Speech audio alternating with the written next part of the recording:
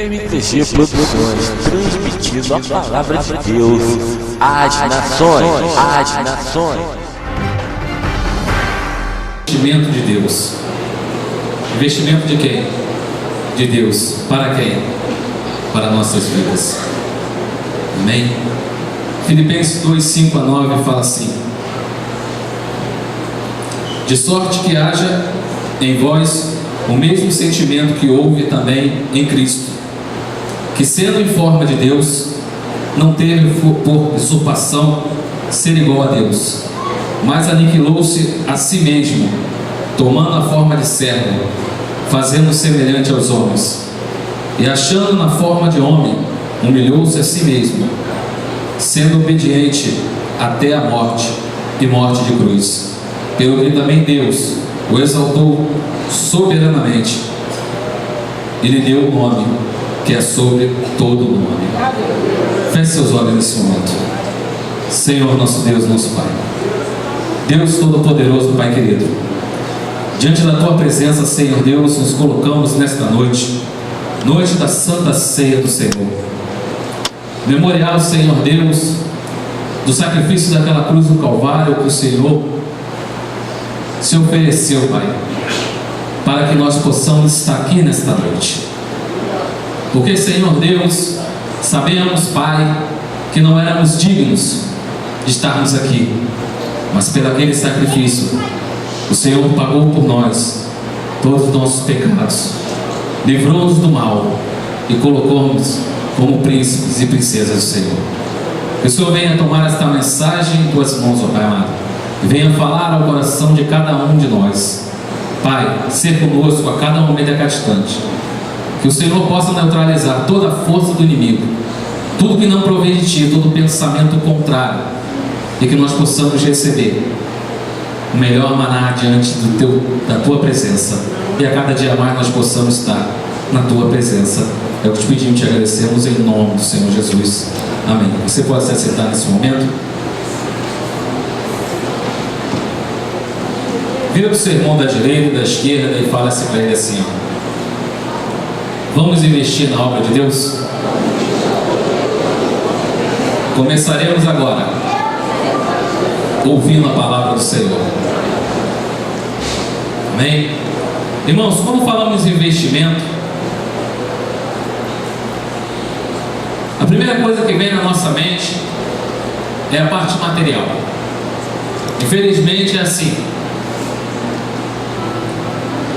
A palavra investimento, eu procurei no dicionário Aurélio, fala o seguinte: é o ato ou efeito de investir, aplicação de recurso, tempo, esforço e etc., a fim de se obter algo. Quando falamos de investimento da parte material, estamos falando o quê? Investir no nosso rendimento, investir na nossa vida. A pessoa às vezes ela estuda para alguma coisa, uns para ser médico, outros para ser professores. Isso é um investimento material. A pessoa, quando existe algum recurso em sua mão, o que ela faz? Ela procura um banco para investir numa caderneta de poupança, para investir num investimento que está dando uma boa rentabilidade. Ou seja, ela tem um canal de consulta para isso.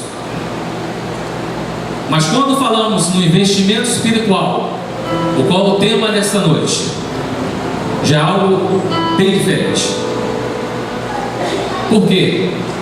Primeiramente, o que nós temos que ter em nossa mente é: para nós investirmos na área material, nós temos que ter, primeira coisa, fé. Porque é impossível você investir na área material se você não tiver fé. Porque a própria palavra de Deus fala aqui, no dicionário Aurélio, fala: fé é a confiança. E na palavra de Deus, em Hebreus 11:1, você encontra que fé é o firme fundamento das coisas que se esperam é a prova das coisas que não se vê. E mais na frente, no versículo 6 fala: sem fé é impossível agradar a Deus, porque é necessário que aquele que se aproxima de Deus creia que Ele existe e que é galardoador dos que o buscam. Então, como falamos em investimento espiritual, temos que ter uma coisa essencial em nossas vidas, que é a fé em Deus. Porque senão nada adianta. Nada adianta eu participar dos cultos da igreja, nada adianta eu participar do coral, nada adianta eu participar dos grupos missionários, nada adianta se não tivermos fé. Porque a própria palavra de Deus nos repreende a isso, que sem fé é impossível agradar a Deus. Aí você fala: mas pastor, eu tenho fé. E agora, como que eu vou investir na obra de Deus? Através de alguns pontos, irmãos. Pontos importantes, o qual nós temos que ter a sabedoria e não deixarmos, às vezes, o inimigo minar a nossa mente. Porque, infelizmente, nas igrejas hoje, quando se fala em investimento, se fala-se em dinheiro, se fala-se em parte material. Mas nessa noite você vai ver que o maior investimento está na parte espiritual. E o maior investimento que Deus fez na sua vida foi entre mim e você. Como acabamos de ler em Filipenses, ele fala: de sorte que havia em vós o mesmo sentimento que houve também em Cristo, que sendo em forma de Deus, não teve por usurpação ser igual a Deus, mas aniquilou-se a si mesmo, tomando a forma de servo, fazendo-se semelhante aos homens. Nós sabemos que Deus criou o mundo, criou os animais, criou o homem, criou a mulher. E o mundo se corrompeu.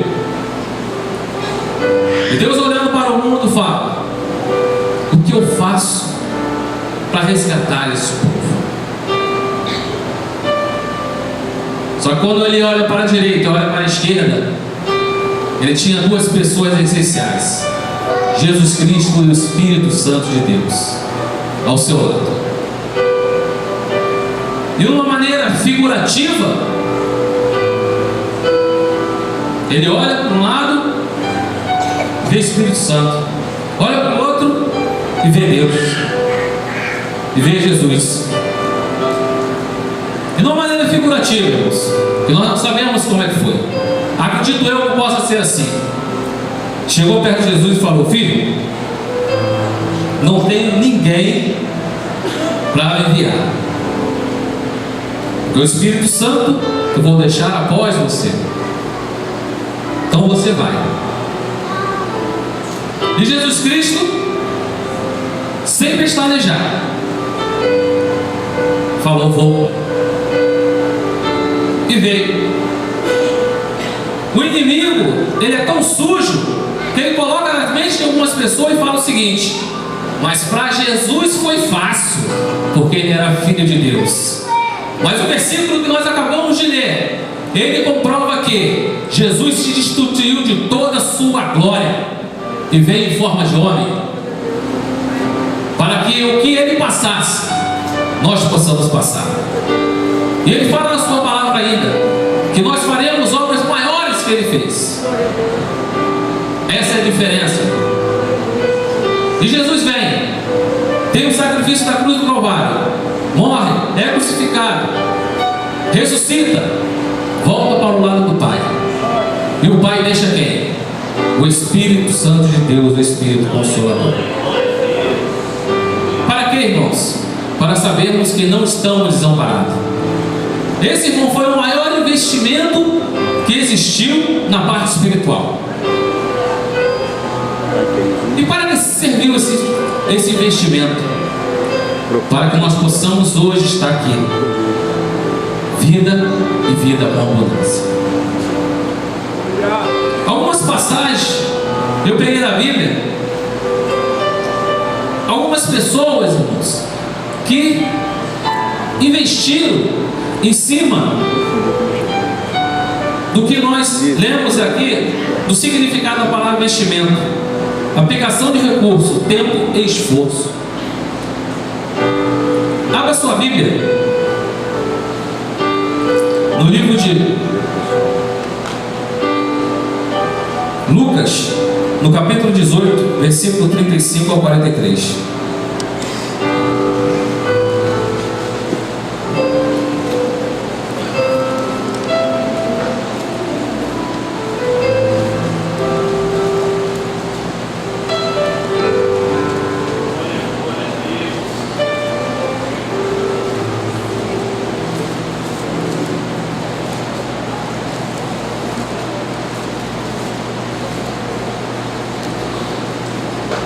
Lucas 18, 35 ao 43. Uma passagem bem conhecida, cego de Jericó. Fala assim a palavra de Deus: aconteceu que, chegando ele perto de Jericó, estava um servo assentado junto no caminho mendigando. E, ouvindo passar a multidão, perguntou o que era aquilo. E disse-lhes que era o Jesus de Nazareno que passava ali. Como é que o cego estava, irmão? Ele estava sentado mendigando. E a ação dele foi perguntar o que estava acontecendo. E falaram para ele que Jesus estava passando por ali. Então clamou dizendo: Filho, Jesus, filho de Davi, tem misericórdia de mim. E os que iam passando repreenderam para que se calasse. Mas ele, clamando ainda mais alto: Filho de Davi, tenha misericórdia de mim. Então Jesus parou e mandou que lhe trouxesse. E chegando, perguntou: Dize, que queres que te faça? E ele disse: Senhor, eu quero que eu veja. E Jesus disse: Vê, a tua fé te salvou. Logo em seguida seguiu glorificando a Deus. E todo o povo, vendo isso, dava louvores a Deus. Esforço. Esse cego ele podia chegar e perguntar: o que está acontecendo aí? Jesus está passando, tá bom. Mas ele não. Primeiro ele tinha fé. E ele se esforçou para receber a cura. Esforço, uma característica de investimento. Às vezes as coisas muito fáceis, irmão, é fácil para nós. Quer investir na obra de Deus? Se esforça. A própria palavra do Senhor fala: esforça-te e tenha bom ânimo. Por que bom ânimo? Porque sem ânimo, irmão, ninguém chega a lugar nenhum. Se você se esforçar, mas não tiver ânimo, você não chega. Mas a palavra de Deus é completa. Ela fala: esforça-te, tem bom ânimo. E aquele cego se esforçou. Ele clamou a Deus. Jesus chegando, curou ele. Nós temos que nos esforçar às vezes na obra de Deus. Sabemos que os dias são difíceis, mas quem dá a vitória é o Senhor. Sabemos aí que estão falando que o mundo está em crise, mas nós temos uma frase para isso: nós estamos em Cristo Jesus. E cremos que, como Ele nos sustentou até hoje, Ele não vai deixar faltar um pão em nossa mesa. E mesmo que às vezes faltar, nós temos que saber que Ele é Deus para modificar o quadro disso. Ah, pastor, mas isso é muito fácil falar quando está de barriga cheia. É mesmo. Mas quando está de barriga vazia também é fácil falar. Porque às vezes as pessoas pensam que outras pessoas não passaram situações difíceis. Mas todos passamos. Todos passamos situação difícil. Nenhuma época de nossa vida é como se fosse um rio que corre aquela correnteza tranquila. Não. Tem o vento, tem a chuva, tem a correnteza, o qual sempre balança um pouquinho. Mas quem está no nosso barco é o Senhor Jesus. E nós temos que ter a confiança nele. E se ele fez o maior investimento desta terra, deste mundo, não foi em vão. Foi para que nós possamos parar e refletir o grande investimento que Deus fez em nossas vidas. Amém? Mas tem mais coisa. Quando Deus coloca algo em suas mãos, faça com todo carinho, porque Ele cobra, irmãos. E às vezes quando vem a cobrança de Deus, nós chamamos: Senhor, o negócio está difícil. Mas será que Deus não mandou fazer algo? Na Bíblia nós temos vários relatos. Jonas. Mas separei um. Está lá em Mateus 25.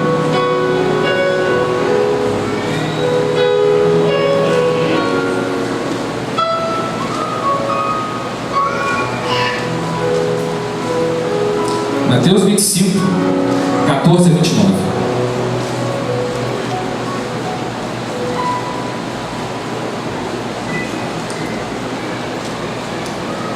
É a parábola dos 10 talentos. Por isso é também como um homem que, partindo para fora da terra, chamou seus servos, entregou-lhes seus bens. E a um deu 5 talentos, e a outro 2, e a outro 1, e cada um segundo a sua. Fala mais alto. A sua. Esse é o detalhe, irmãos. Vamos voltar aí. A sua capacidade. E ausentou-se logo para longe. E tendo ele partido, o que recebera 5 talentos negociou com eles e granjeou outros 5 talentos. De mesma sorte, o que recebera 2 talentos granjeou também os outros 2. Mas o que recebera 1 foi e cavou na terra e escondeu o dinheiro do seu senhor. E muito tempo depois veio o senhor daqueles servos e ajustou as contas com eles. Então aproximou-se o que recebeu 5 talentos e trouxe-lhe outros 5 talentos, dizendo: Senhor, entregaste-me 5 talentos, e eis que outros 5 talentos que ganhei com eles. E o Senhor lhe disse-lhe: Bem está, servo bom e fiel. Sobre pouco foste fiel, sobre muito te colocarei. Entrando no gozo do teu servo, do teu Senhor. E chegando também o que tinha recebido 2 talentos, disse: Senhor, entregaste-me 2 talentos, e eis com que eles ganhei outros 2 talentos. Disse-lhe o Senhor: Bem está, bom, fiel e servo. Sobre pouco foste fiel, sobre muito te colocarei. Entra no gozo do teu Senhor. Mas chegando também o que recebera 1 talento, disse-lhe: Senhor, eu conhecia-te, que és um homem duro, e que ceifas onde não semeaste, e ajuntas onde não espalhas. E atemorizado escondi na terra o teu talento, e aqui tens o que é teu. Respondeu, porém, o Senhor, disse-lhe: Mal negligente servo, sabeis que ceifo onde não semeio, e ajunto onde não espalhei. Devias então ter dado dinheiro aos banqueiros, e quando vieste receberia o que é meu com juros. Tira-lhes, pois, o talento, e dá-lhes ao que tem os 10 talentos. Porque qualquer que tiver será dado, e terá em abundância, mas o que não tiver, até que tem, se-lhe-á tirado.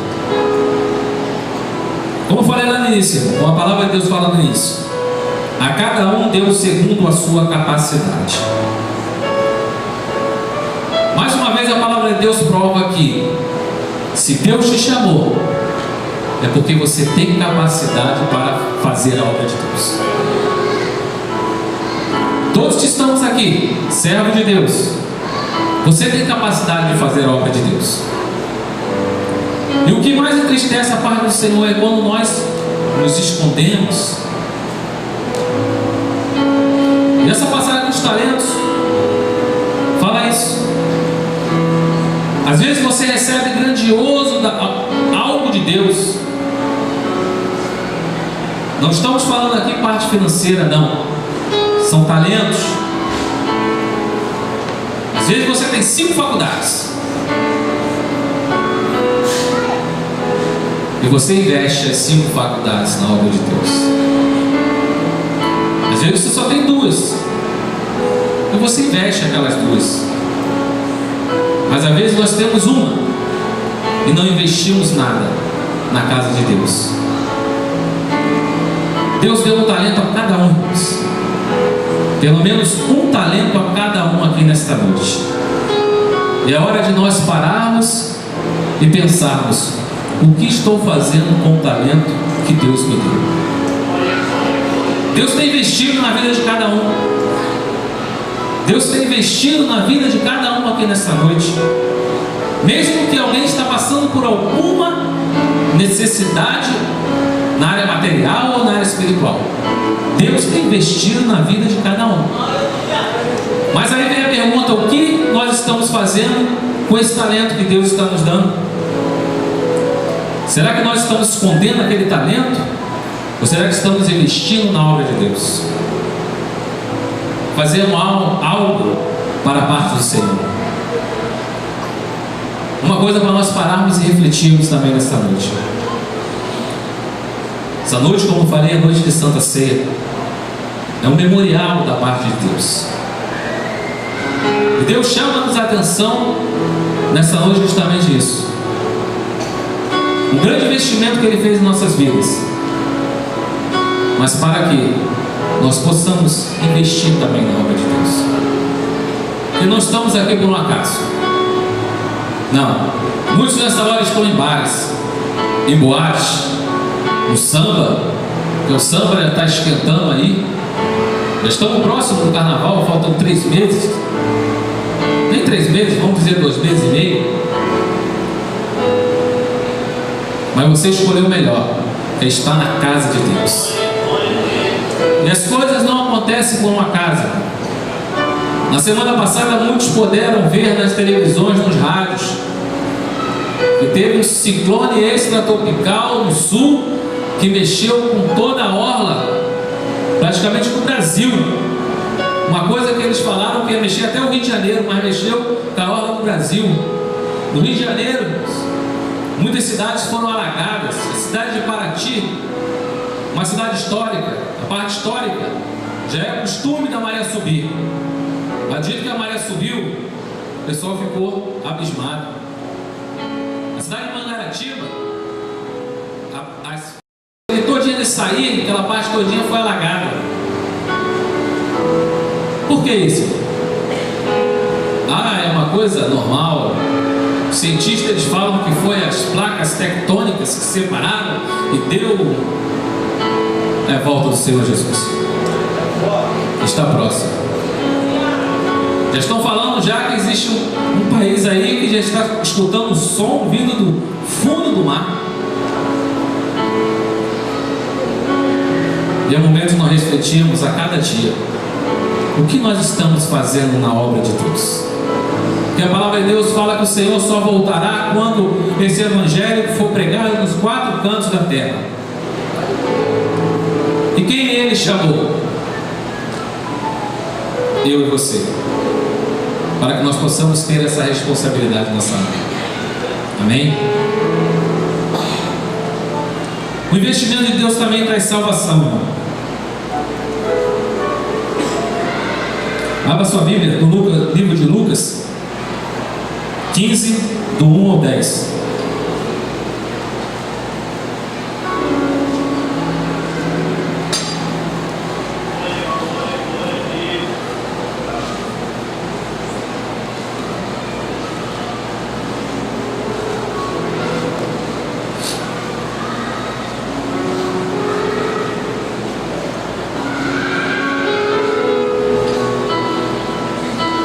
Lucas 15, do 1 ao 10 fala: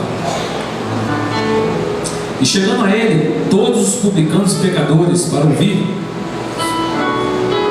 e os fariseus e escribas murmuraram, dizendo: Este recebeu pecadores e come com eles. E ele lhe propôs essa parábola, dizendo: Que homem dentre vós, tendo 100 ovelhas, e perdendo uma delas, não deixa no deserto as 99, e não vai após a perdida, até que venha achada. e achando, a põe sobre seus ombros, cheio de júbilo. E chegando à sua casa, convoca os amigos e vizinhos, dizendo: alegrai-vos comigo, porque já achei a minha ovelha perdida. Digo-vos que assim haverá alegria no céu, porque um pecador que se arrepende, mais do que por 99 justos que não necessitam de arrependimento. Ou qualquer mulher que, tendo 10 dracmas, se perder uma dracma, não acende a candeia e varre a casa, e busca com diligência até achar. E achando-a, convoca as amigas e vizinhas, dizendo: alegrai-vos comigo, porque já achei a dracma perdida. Assim vos digo que há alegria diante dos anjos de Deus por um pecador que se arrepende. O investimento de Deus traz salvação.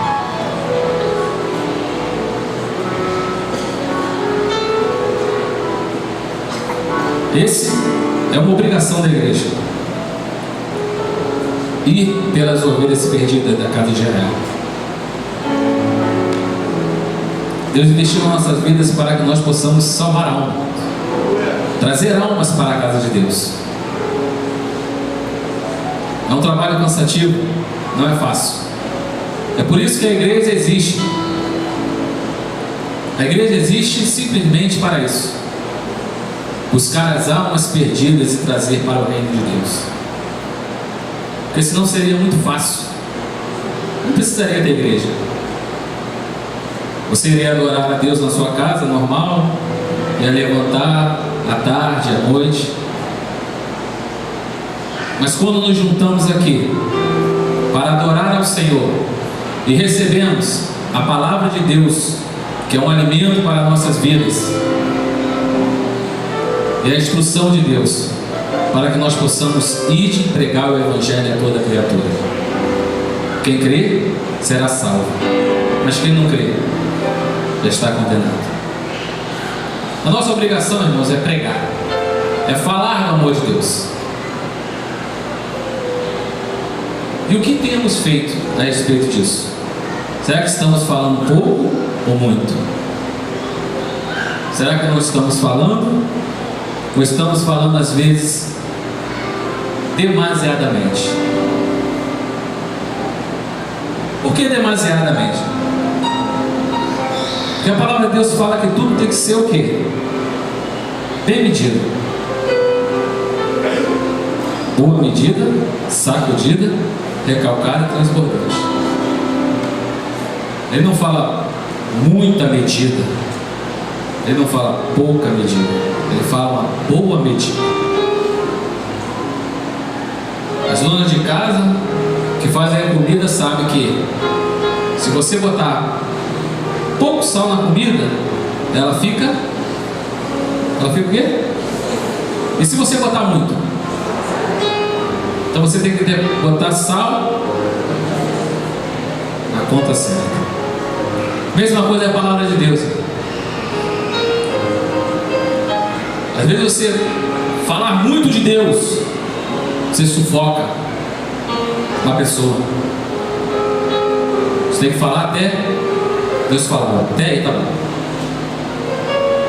Como se você não falar nada, aquela pessoa não vai ter alimento. A salvação depende de nós, depende de mim e de você. Fazer o que? Pregar a palavra de Deus, falar do amor de Deus, falar do grande investimento que Deus fez na minha vida e pode fazer na vida do pecador. Essa é a nossa obrigação como servo de Deus, e é isso que Deus quer de nós. E um último ponto, irmãos, para a nossa vida financeira.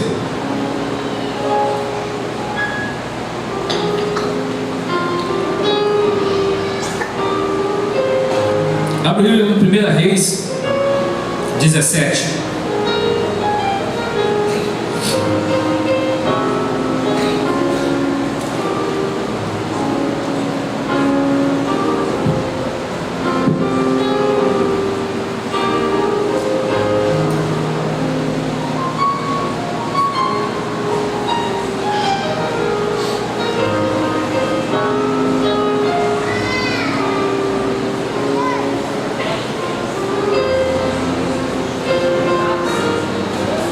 1 Reis 17, a viúva de Sarepta.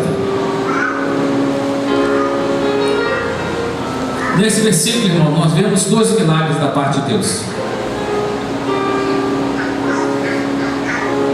Uma, a ressurreição, e a outra, a abundância. É isso que Deus quer fazer na nossa vida. A ressurreição daquilo que nós deixamos morrer na nossa vida. Aqui fala assim: então veio ele a palavra do Senhor dizendo: levanta-te e vai a Sarepta, que é de Sidom, e habita ali, e eis que eu ordenei ali a uma mulher viúva que te sustente. Então ele se levantou e se foi a Sarepta, e chegando à porta da cidade, eis que estava ali uma mulher viúva apanhando lenha, e ele chamou e lhe disse: traze-me, peço-te, uma vasilha, um pouco de água que beba. E indo ela buscar, ele o chamou e disse-lhe: traze agora também um bocado de pão na tua mão. Porém ela disse: vive o Senhor teu Deus, que nem um bolo tenho, senão somente um punhado de farinha numa panela e um pouco de azeite numa botija. E veio-se aqui, apanhei 2 cavacos e vou prepará-los para mim e para meu filho, para que comamos e morremos. E eis que lhe disse: não temas, vai e faze conforme a tua palavra. Porém faze disso primeiro para mim um bolo pequeno, e traze-o para fora. Depois fará para ti e para teu filho.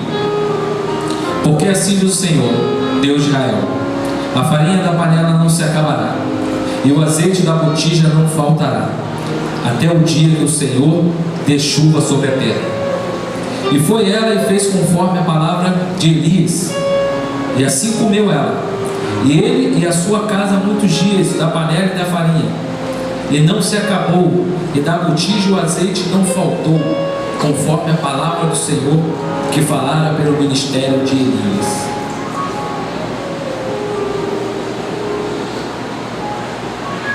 Investimento, irmãos.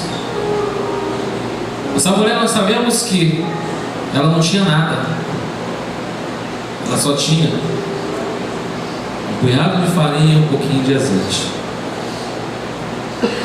Mas ela investiu no que o profeta de Deus falou para ela, e ela creu em Deus. E a palavra fala que não faltou farinha nem azeite na sua panela. Mas mais um pouco ela tem um outro problema. Seguindo, versículo 17. E depois dessas coisas sucedeu que adoeceu o filho dessa mulher, da dona da casa, e sua doença se agravou muito até que nele nenhum fôlego ficou. Então ela disse a Elias: que tenho contigo, homem de Deus? Veste a mim para trazeres à memória a minha iniquidade e matar o meu filho? E ele lhe disse: dai-me o teu filho. E ele tomou do seu regaço e levou para cima ao quarto, onde ele mesmo habitava, e deitou em sua cama. E clamou o Senhor e disse: ó Senhor meu Deus, também a esta viúva com quem eu moro afligiste, matando o seu filho. Então se mediu sobre o menino 3 vezes e clamou ao Senhor e disse-lhe: Senhor meu Deus, rogo-me que torne a alma deste menino e entra nele. E o Senhor ouviu a voz de Elias, e a alma do menino tornou a entrar nele, e reviveu. E Elias tomou o menino e trouxe para o quarto da casa e deu a sua mãe. E disse-lhe: vês aí teu filho vivo. Então a mulher disse a Elias: nisto conhece agora que tu és homem de Deus, e que a palavra do Senhor na tua boca é verdade. Um milagre aconteceu na casa de Samuel, tanto na parte material quanto na saúde. Deus restaurou a vida daquele que estava morto, o filho dela. O que serve para nós essa noite, irmãos? Para que nós pararmos e pensarmos o investimento que Deus fez em nossas vidas e o que se encontra morto em nossas vidas. O que se encontra para ser restaurado em nossas vidas? O que se encontra para ser curado em nossas vidas? O maior sacrifício Deus já fez naquela cruz do Calvário.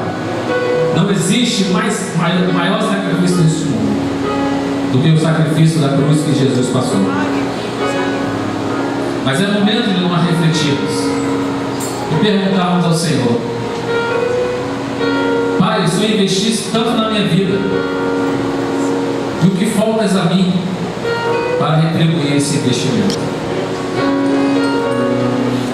Porque, irmãos, como eu falei anteriormente, falar em investimento é falar em coisas materiais, mas existe também um lado espiritual. Eu posso estar na internet, eu peguei um texto aqui do evangelista Anderson Araújo, que é muito interessante.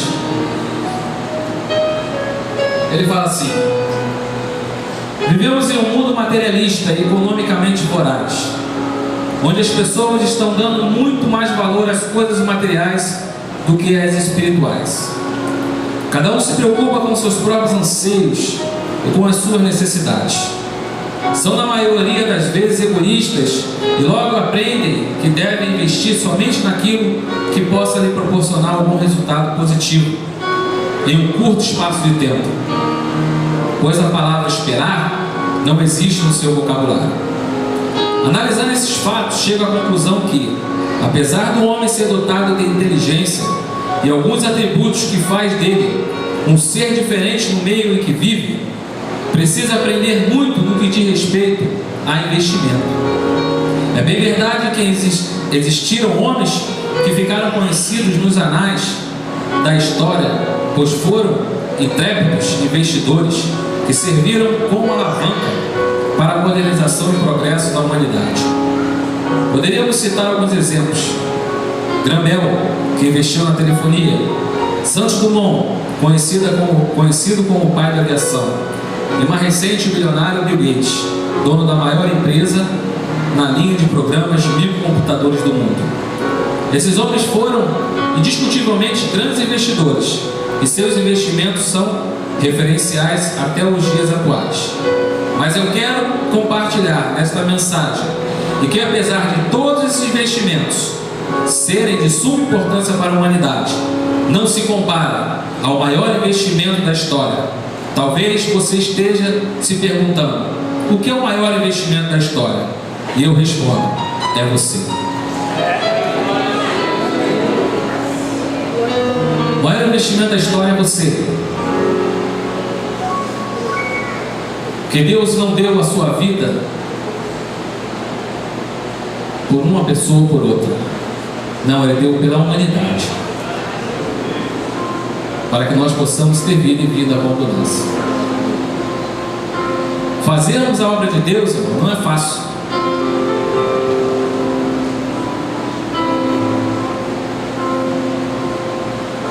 Mas também não é difícil. Porque, como lemos na passagem de Deus dá algo à pessoa capacitada. Se Deus te deu um talento, é porque você tem capacidade para isso. Em primeiro lugar, o investimento de recurso financeiro, dinheiro, é apenas uma ferramenta. Por isso, investir na obra missionária é fazer um investimento para a eternidade. É um investimento de consequências eternas. Você não foi criado para ser uma represa, mas sim um rio. Isto quer dizer que, por onde você passa, deve abençoar pessoas e promover o reino de Deus, levando o Evangelho até os confins da terra.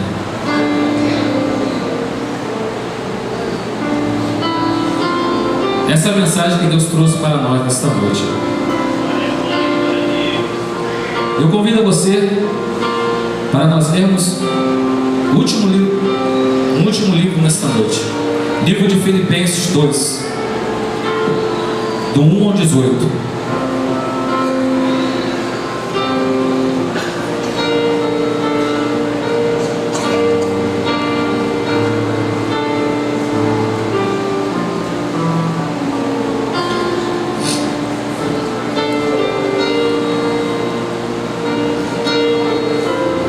Filipenses 2, de 1 a 18, fala assim: portanto, se algum conforto em Cristo, se alguma consolação de amor, se alguma comunhão do Espírito, se alguns estranháveis afetos e compaixão, completai o meu gozo, para que sintais o mesmo, tendo o mesmo amor, o mesmo ânimo, sentindo uma mesma coisa. Nada façais por contenda ou por vanglória, mas por humildade.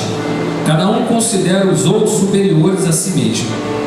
Não atenda cada um para o que é propriedade seu, mas cada qual também para o que é dos outros. De sorte que haja em vós o mesmo sentimento que houve também em Cristo, que sendo em forma de Deus, não teve por usurpação ser igual a Deus, mas aniquilou-se a si mesmo, tomando a forma de servo, fazendo semelhante aos homens. E achando na forma de homem, humilhou-se a si mesmo, sendo obediente até a morte, e a morte de cruz. Pelo que também Deus o exaltou soberanamente, e lhe deu um nome, que é sobre todo nome, para que ao nome de Jesus se dobre todo o joelho, dos que estão nos céus e na terra e debaixo da terra, e toda língua confesse que Jesus Cristo é o Senhor, para a glória de Deus Pai. De sorte que, meus amados, assim como sempre obedeceste, não só na minha presença, mas muito mais agora na minha ausência, assim também operai a vossa salvação com temor e tremor, porque Deus é o que opera em vós, tanto o que quer como o efetuar, segundo a sua vontade. Fazei todas as coisas sem murmuração nem contenda, para que sejais irrepreensíveis e sinceros, filhos de Deus, inculpáveis no meio de uma geração corrompida e perversa, entre a qual resplandecei como os astros do mundo, retendo a palavra da vida, para que no dia de Cristo possa gloriar-me de não ter corrido nem trabalhado em vão, e ainda que seja oferecido por libação sobre o sacrifício e serviço da vossa fé, folgo e me rogo com todos vós, e vós também regozijai-vos, alegrai-vos comigo por isso mesmo.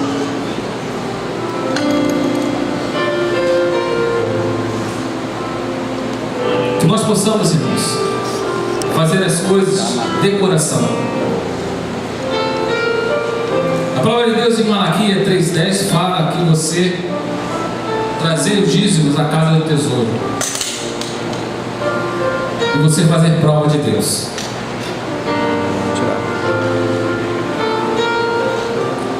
Mas em Lucas 21:1-4 fala de uma viúva que ofertou e dos ricos que ofertaram, e perguntaram ao Senhor: quem deu a melhor oferta? E ela falou aquela, porque ela deu tudo que tinha e deu de coração. O que damos a Deus devemos dar com sinceridade, fé, confiança, amor e dedicação, e não por obrigação. Devemos dar o melhor e não o que sobra. Não devemos dar a sobra de tempo para Deus. Não devemos dar a sobra das coisas materiais para Deus. Devemos dar o melhor, porque Deus tem dado o melhor para nós. Mas às vezes esquecemos disso.